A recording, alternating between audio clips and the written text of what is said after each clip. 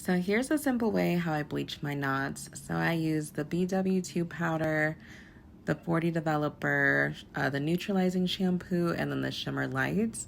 And here's a quick look at the knots. So the knots aren't bad at all.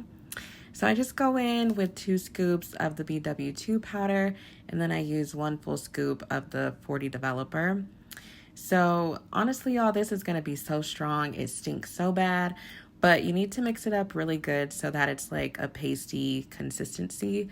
You don't want it too thin because you don't want it to seep through and bleach on the hair. So that's what it should look like. And me personally, I start kind of in the back of the wig because I usually start about how far back I'll part my hair. So once I get that, that's when I'll start to go into like the corners.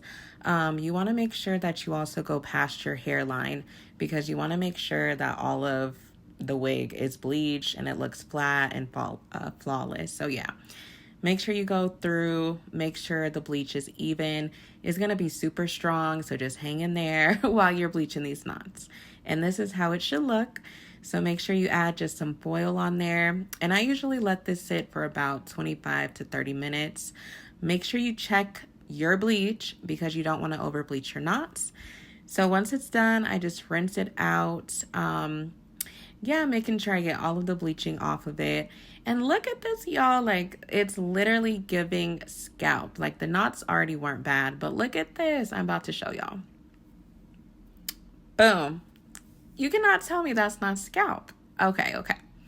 So now I just go ahead and wash it. I use the neutralizing shampoo first, so that way I can make sure I get all the bleach off and making sure that the bleach doesn't continue to bleach because we do not want to look like pennies. We don't want that scalp to be orange. So go in there a couple times and make sure you get all of that bleach off. After that, I'll go in with the shimmer lights. Again, we don't want it to look like pennies. We want it to look like scalp. So you need to use both of those. I keep it pretty simple. And I just kind of use both of these products, not much else. And so I just go in, wash it all off. And then at the end, I just dry it with a towel. I want to make sure that it's fully dry before I start combing through it. And then afterwards, that's when I just start detangling it so that I can get ready to style. And here's how it looked.